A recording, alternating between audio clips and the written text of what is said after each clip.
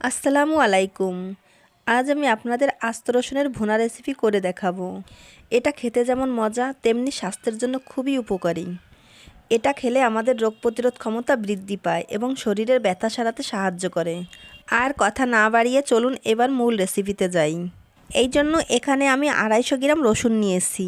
আমি একটা বটির সাহায্যে রসুনের পিছনের লম্বাটুকু কেটে নিচ্ছি আর উপরের খোসাটা হাত দিয়ে ছাড়িয়ে নিচ্ছি। এখন এই রসুনগুলোকে পানি দিয়ে খুব ভালো করে ধুয়ে পরিষ্কার করে নিচ্ছি। এবার এই রসুনগুলোকে সিদ্ধ করে নিতে হবে। এই জন্য আমি চুলায় একটা কড়াইতে পানি গরম করতে দিয়েছি। এখন আমি এর মধ্যে সামান্য লবণ দিয়ে দিচ্ছি। যখন পানিতে বলক উঠবে তখন রসুনগুলো দিতে হবে। এরই মাঝে পানিতে বলক এসেছে, আমি রসুনগুলো দিয়ে দিচ্ছি। এখন আমি রসুনগুলোকে 2 মিনিটের জন্য ঢেকে সিদ্ধ করব। হালকা সিদ্ধ হলে রসুনগুলো নামিয়ে নিব। এরই মাঝে আমার রসুনগুলো হালকা সিদ্ধ হয়ে গিয়েছে। এখন আমি রসুনগুলোর পানি ঝরিয়ে নিব। আমি এই রসুনের রেসিপিটির জন্য একটা স্পেশাল মিশ্রণ ব্যবহার করব। আর এই মিশ্রণটা আমি তৈরি করব নারকেল, বাদাম এবং টক দই দিয়ে। এগুলোকে আমি একটা ব্লেন্ডারের জারে ব্লেন্ড করে নিব। আমি ব্লেন্ড করে নিয়েছি। এখন আমি এই রসুনের রেসিপিটার জন্য একটা গুঁড়া মশলা তৈরি করব। এই জন্য এখানে নিয়েছি দারুচিনি, এলাচ, গোলমরিচ, জয়ত্রী, শাহি জিরা, স্টার অ্যানিস এবং লবঙ্গ। এবার এগুলোকে আমি গুঁড়ি করে নিব।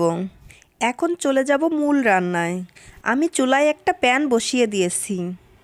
এর মধ্যে দিয়ে দিচ্ছি 1/2 কাপ পরিমাণ রান্নার তেল। এখন এর মধ্যে দিয়ে দিব সামান্য শাহি জিরা এবং 2টো তেজপাতা। এবার এর মধ্যে দিয়ে দিচ্ছি 1/3 কাপ পেঁয়াজ কুচি। এখন পেঁয়াজটাকে নেড়েচেড়ে হালকা ভেজে নিব। যখন পেঁয়াজটা ভাজতে ভাজতে হালকা সোনালি কালার হবে তখন দিয়ে দিব আদা, রসুন এবং পেঁয়াজের পেস্ট।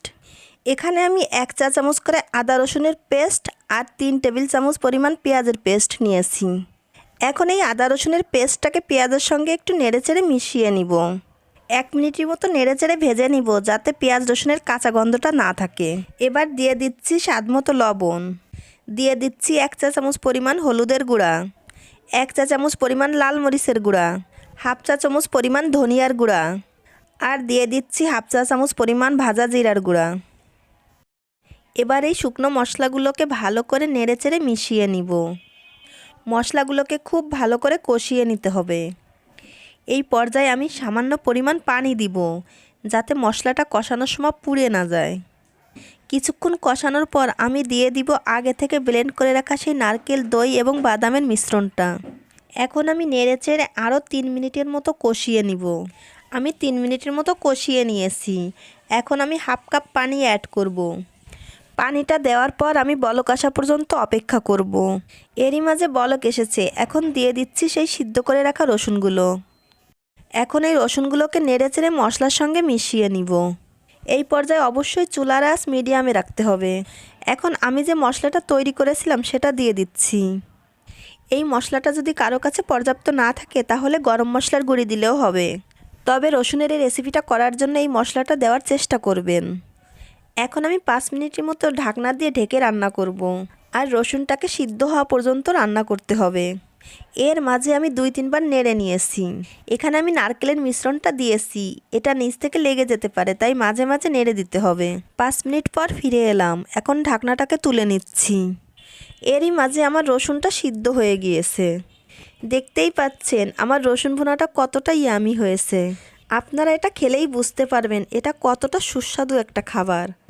গরম ভাতের সঙ্গে খেয়ে দেখবেন, বুঝতেই পারবেন না প্লেটের ভাত কখন শেষ হয়ে গিয়েছে। আশা করছি রেসিপিটা আপনাদের ভালো লেগেছে। আর ভালো লাগলে বাসায় অবশ্যই একবার ট্রাই করবেন। আজকের মতো বিদায় নিচ্ছি। সবাই খুব ভালো থাকবেন। আমার জন্য দোয়া করবেন। আল্লাহ হাফেজ।